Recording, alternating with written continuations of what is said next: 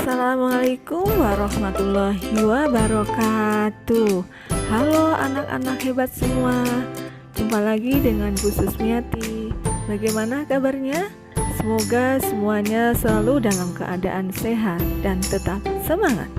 Pada kesempatan kali ini kita akan belajar bersama materi kelas 5, tema 7, peristiwa dalam kehidupan, subtema 1, peristiwa kebangsaan masa penjajahan. Dengan kompetensi dasar 3.4 mengidentifikasi faktor-faktor penting penyebab penjajahan bangsa Indonesia dan upaya bangsa Indonesia dalam mempertahankan kedaulatannya. Dengan tujuan pembelajaran: 1. Peserta didik dapat mengidentifikasi latar belakang kedatangan bangsa-bangsa Eropa di Indonesia secara benar. Yang kedua, peserta didik dapat menjelaskan peristiwa kedatangan bangsa-bangsa Eropa di Indonesia dengan menggunakan kosakata baku secara tepat. Baiklah, sebelum lanjut ke materi pembelajaran, kita berdoa menurut agama dan kepercayaan kita masing-masing. Berdoa dipersilahkan.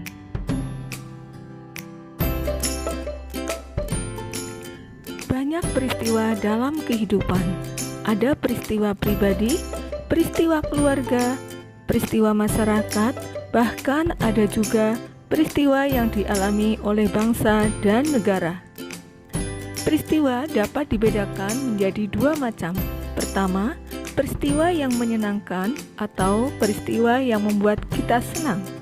Kedua, peristiwa yang tidak menyenangkan atau peristiwa yang membuat kita sedih. Anak-anak hebat, perhatikan gambar berikut ini. Berikut ini adalah contoh peristiwa yang menyenangkan, yaitu pertama, menang dalam lomba, merayakan ulang tahun, dan tamasya ke kebun binatang. Selanjutnya, contoh peristiwa yang menyedihkan seperti sakit, jatuh dari sepeda, rumah kebanjiran. Nah, anak-anak hebat pasti bisa memberikan contoh yang lainnya, baik peristiwa yang menyedihkan dan juga peristiwa yang menyenangkan. Salah satu peristiwa tidak menyenangkan yang dialami oleh bangsa Indonesia adalah penjajahan yang berlangsung cukup lama. Rempah-rempah begitu melimpah di bumi Indonesia. Melimpahnya rempah-rempah dapat meningkatkan kesejahteraan masyarakat Indonesia. Namun, rempah-rempah yang begitu melimpah juga membuat bangsa-bangsa di Eropa berusaha untuk menguasai. Salah satu contoh rempah-rempah adalah cengkeh. Cengkeh memiliki banyak manfaat. Sebagai bumbu masak, cengkeh digunakan dalam bentuk bunga utuh atau dalam bentuk bubuk. Cengkeh juga dimanfaatkan oleh bangsa Cina dan Jepang sebagai dupa. Selain itu, minyak cengkeh digunakan sebagai aromaterapi dan obat sakit gigi. Pohon cengkeh banyak manfaatnya sehingga menjadikannya bernilai ekonomis tinggi. Oleh karena itulah, cengkeh merupakan salah satu bahan rempah-rempah yang menjadi buruan bangsa-bangsa Eropa. Hal itu memicu terjadinya penjajahan di Indonesia. Anak-anak hebat, bangsa kita mengalami penjajahan cukup lama. Selama masa penjajahan, bangsa kita mengalami penderitaan akibat adanya penindasan. Pada masa pemerintahan kerajaan-kerajaan Islam di Indonesia, datanglah orang-orang Eropa yang mengadakan pelayaran samudra. Kedatangan orang-orang Eropa di Nusantara mula-mula disambut baik oleh bangsa Indonesia.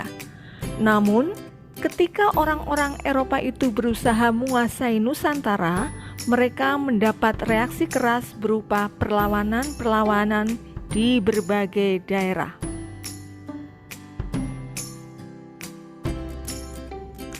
Peristiwa kedatangan bangsa Barat. Mulai akhir abad 15, bangsa Eropa berusaha melakukan penjelajahan samudra. Bangsa Eropa yang pernah melakukan penjelajahan dan penjajahan di Indonesia dimulai oleh bangsa Portugis. Kapal mereka pertama kali mendarat di Malaka pada tahun 1511. Berikutnya ialah bangsa Spanyol yang mendarat di Tidore, Maluku pada tahun 1521. Kemudian disusul oleh bangsa Inggris dan Belanda. Kapal-kapal Belanda pertama kali mendarat di Pelabuhan Banten pada tahun 1596. Faktor-faktor pendorong penjelajahan samudra antara lain sebagai berikut.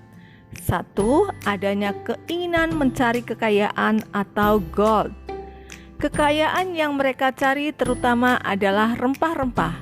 Sekitar abad 15 di Eropa, harga rempah-rempah sangat mahal. Harga rempah-rempah semahal emas atau gold. Mereka sangat membutuhkan rempah-rempah untuk industri obat-obatan dan bumbu masak. Yang kedua, adanya keinginan menyebarkan agama atau gospel. Selain mencari kekayaan dan tanah jajahan, bangsa Eropa juga membawa misi khusus. Misi khusus tersebut adalah menyebarkan agama kepada penduduk daerah yang dikuasainya. Tugas mereka ini dianggap sebagai tugas suci yang harus dilaksanakan ke seluruh dunia dan dipelopori oleh bangsa Portugis. Dan yang ketiga, adanya keinginan mencari kejayaan atau glory. Di Eropa, ada suatu anggapan bahwa apabila suatu negara mempunyai banyak tanah jajahan, negara tersebut termasuk negara yang jaya atau glory. Dengan adanya anggapan ini, negara-negara Eropa berlomba-lomba untuk mencari tanah jajahan sebanyak-banyaknya. Yang keempat, perkembangan ilmu pengetahuan dan teknologi. Ilmu pengetahuan dan teknologi berkembang pesat, contohnya seperti berikut. Pertama, dikembangkannya teknik pembuatan kapal yang dapat digunakan untuk mengarungi samudra luas. Yang kedua, ditemukannya mesiu atau persenjataan. Senjata dapat digunakan untuk melindungi pelayaran dari ancaman bajak laut dan sebagainya. Ditemukannya kompas. Kompas digunakan sebagai penunjuk arah sehingga para penjelajah tidak lagi bergantung pada kebiasaan alam. Untuk menentukan arah, biasanya mereka berpedoman pada bintang sehingga jika angkasa tertutup awan, mereka tidak dapat meneruskan pelayarannya. Dengan kompas, mereka bebas berlayar ke arah manapun tanpa gangguan, baik siang maupun malam. Anak-anak hebat, seandainya aku menjadi rakyat Indonesia pada masa itu, aku akan menolak kedatangan bangsa-bangsa Eropa di Indonesia. Penjajah menyengsarakan kehidupan rakyat Indonesia. Sikap para penjajah awalnya baik, namun pada akhirnya kelihatan juga sifat aslinya, yaitu menindas dan kejam. Sekian pembelajaran kita kali ini. Tetap semangat dan tetap jaga kesehatan. Tonton dan ikuti terus video pembelajaran berikutnya. Jangan lupa untuk tetap like, subscribe, dan komen. Wassalamualaikum warahmatullahi wabarakatuh.